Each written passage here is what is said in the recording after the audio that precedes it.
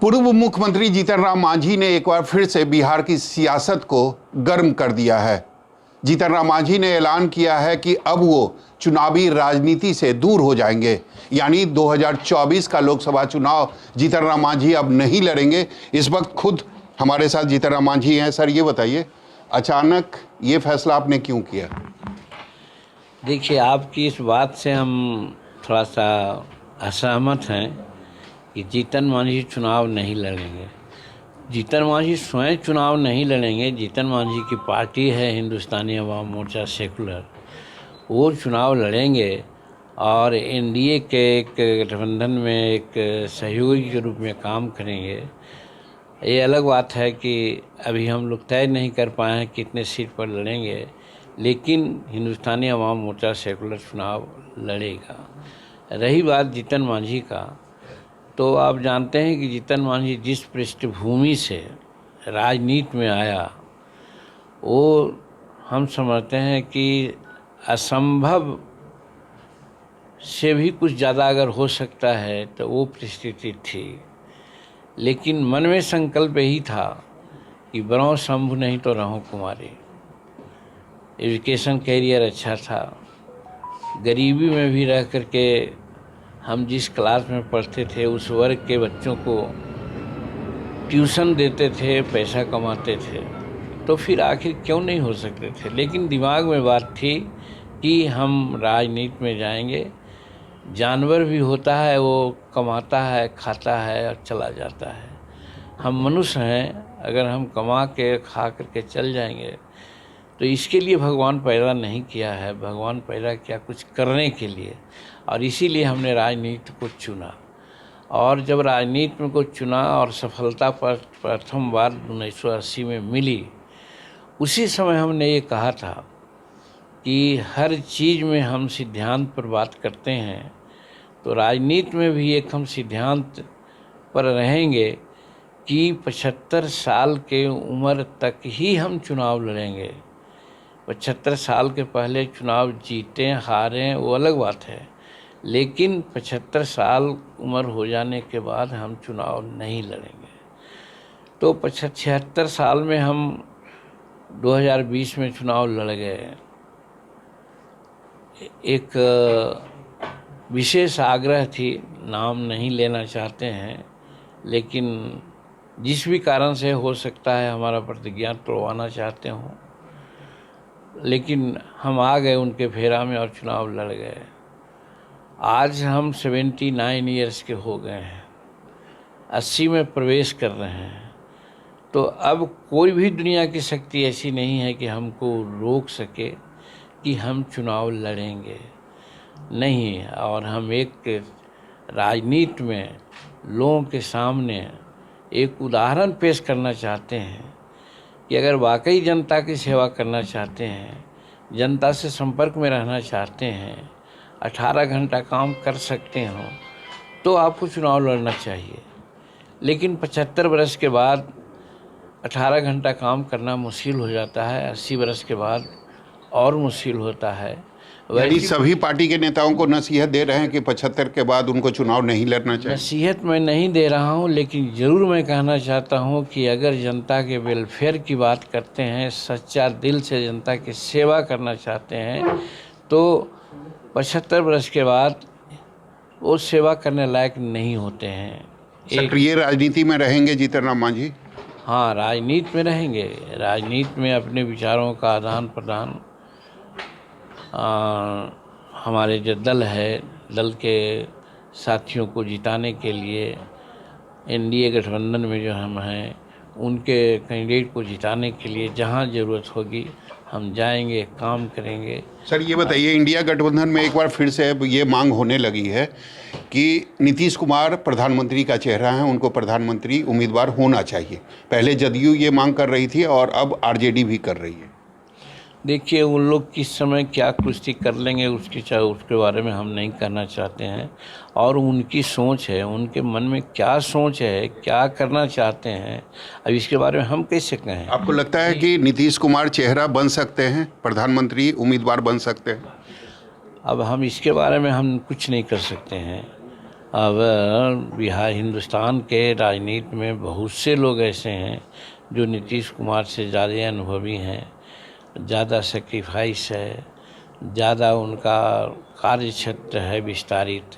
तो वैसी परिस्थिति में नीतीश कुमार ही चीफ प्रधानमंत्री बनेंगे, इसका कोई ऐसा औचित्य नहीं दिखता। लेकिन राजनीति है, गुजराल साहब भी बन गए थे, देवेगौड़ा साहब भी बन गए थे। तो वैसी परिस्थिति में वो बन जाए अलग बात है, लेकिन मैं समझता हूँ कि अभी देश में बहुत सी ऐसी पार्टियां हैं, विशेष करके कांग्रेस का जो कार्य क्षेत्र है बड़ा है, तो जिसका कार्य क्षेत्र बड़ा रहता है, आधार जिसका बड़ा रहता है, प्राइम मिनिस्टर तो उसी का होना चाहिए। सर, बार बार ये चर्चा होती रहती है बिहार की राजनीति में कि नीतीश कुमार एक बार फिर से पलटी मारेंगे और एनडीए की तरफ आ जाएंगे। सुशील मोदी ने कहा कि अब ऐसा नहीं हो सकता है, अगर वो आएंगे तो एनडीए में ही बगावत हो जाएगी। आपको क्या लगता है, अगर एनडीए में नीतीश कुमार फिर से आएंगे तो आप उनका स्वागत करेंगे या विरोध करेंगे? देखिए, हम एनडीए का एक छोटा सा पार्टनर हैं और नरेंद्र मोदी जी, अमित शाह जी के प्रति मेरी असीम श्रद्धा है और जिसके चलते ही एनडीए में हम हैं। अगर नरेंद्र मोदी जी प्रधानमंत्री जी और अमित शाह जी अगर उनको अपना लेंगे, बुला लेंगे, तो वहाँ पर मेरा चारा कहाँ है। हम न चाहते भर में भी हम चुप रहेंगे, लेकिन हम समर्थन नहीं कर सकते हैं उनका, इसलिए कि उनका जो क्रेडेंशियल है वो बन जाए अलग बात है।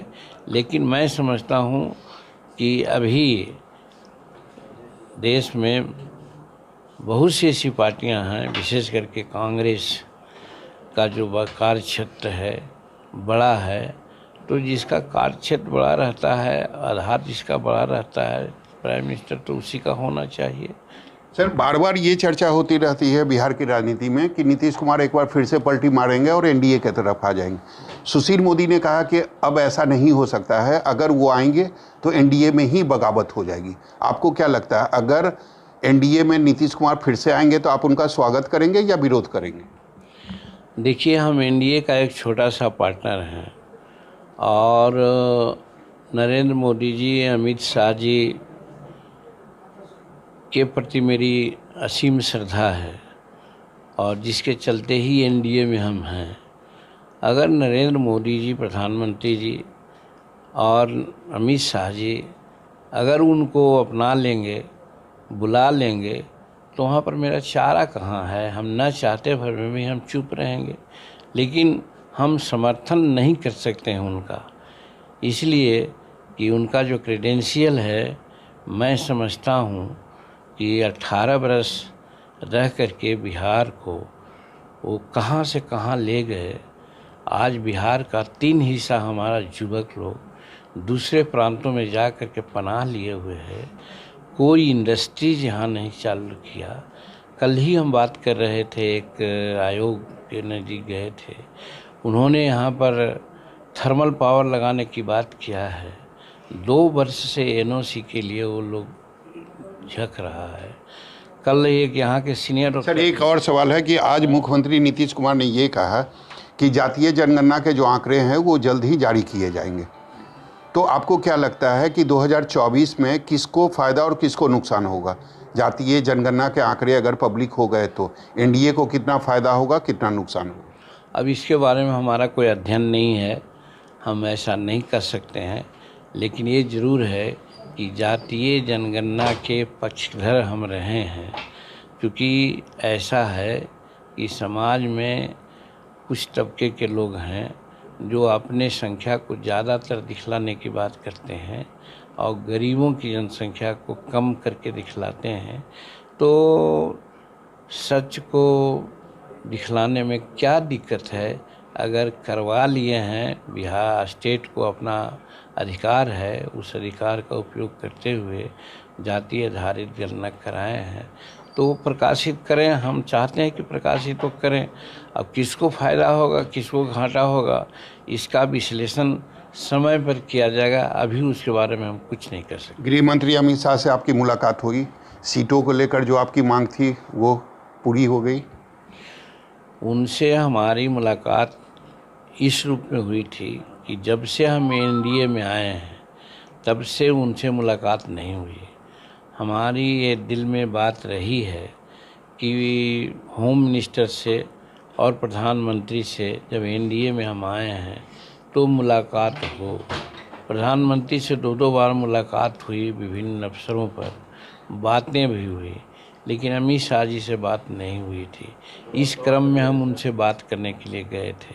हाँ, ये ज़रूर हमने कहा था कि बिहार में चुनाव लड़ना है तो सीटों के बारे में जल्दी से डिसीजन ले लेना चाहिए, और काम तो हो ही रहा है, हम भी कर रहे हैं। 8-9 कंस्टिट्यूंसी में हम अपनी रैली यहाँ किया है और करने जा रहे हैं। तो इस पर उन्होंने कहा कि दशहरा के बाद हम लोग सब आवेंगे बिहार में, वहाँ बास करेंगे, जैसा कि और सब जगहों में कौन वर्षा बास कर रहे हैं या क्या। तो उसी संबंध में 2-4-5 दिन यहाँ रहा जाएगा और सारी बात उसी समय तय होगी। सर, माहौल क्या आपको बिहार में नज़र आ रहा है लोकसभा चुनाव से पहले? 40 लोकसभा चुनाव की सीटें हैं, क्या लग रहा है, क्या होने वाला है? हमारे समझ में बिहार में जो है, चूँकि हम ऊपर की राजनीति नहीं करते हैं, हम गांव घर की राजनीति करते हैं। जो आज महिला बिल पारित हुआ, जो आज चंद्रमा पर पहुंचने का जो प्रयास सफल हुआ, जो आज सूर्य की ओर जा रहे हैं, 15 लाख किलोमीटर की दूरी से सूर्य का अध्ययन करेंगे, जो यहाँ की इकोनॉमी लगभग संसार का तीसरा इकोनॉमी बनने जा रहा है हिंदुस्तान, ये सारी बातें ऐसी है। विदेशी का नीति का सवाल जहाँ तक है तो G20 की बैठक में समूचा संसार के लोगों ने हिंदुस्तान के कद को सराहा, माना। तो ये सब गौरव की बात है, और ये गौरव देने में नरेंद्र भाई मोदी जी, एनडीए के लोग ही सक्षम रहे। इसीलिए हम आधा पेट खा सकते हैं, देहात में कहा जाता है कि हम आधा पेट खा जाएंगे, लेकिन हम अपनी प्रतिष्ठा से किसी के साथ कॉम्प्रोमाइज़ नहीं करेंगे। तो आज ठीक है, थोड़ी बेरोज़गारी है, कहीं कहीं है दुश्वारियाँ, लेकिन जिन बातों की चर्चा की उसके सामने वो सब गौण है। देश की सार्वभौमिकता, देश का जो स्वतंत्र हुआ है उसका जनतंत्र का जो मूल्य है उसको अक्षुण्ण रखते हुए हिंदुस्तान संसार का सरताज बनने की स्थिति में जा रहा है। ये गांव-गांव के लोग समझता है, घर घर के लोग समझता है, रिक्शा वाले समझते हैं, टेम्पू वाले समझते हैं, सब लोग यही कहते हैं ये हम लोग हर हालत में नरेंद्र भाई मोदी जी के साथ हैं, और 2024 में निश्चित में वो प्रधानमंत्री बनेंगे। और जहाँ तक बिहार का सवाल है, मैं भी समझता हूँ कि यहाँ पर 40 सीट निश्चित रूप में चुनाव वो जीतेंगे, दूसरे लोग बिग जीरो पर आउट होंगे। दूसरे लोग जीरो पर आउट होंगे और एनडीए को बिहार की अगर बात करें तो 40 में से 40 सीटें मिलेगी। कैमरामैन ऋषि के साथ सौरभ कुमार, पटना, News 24।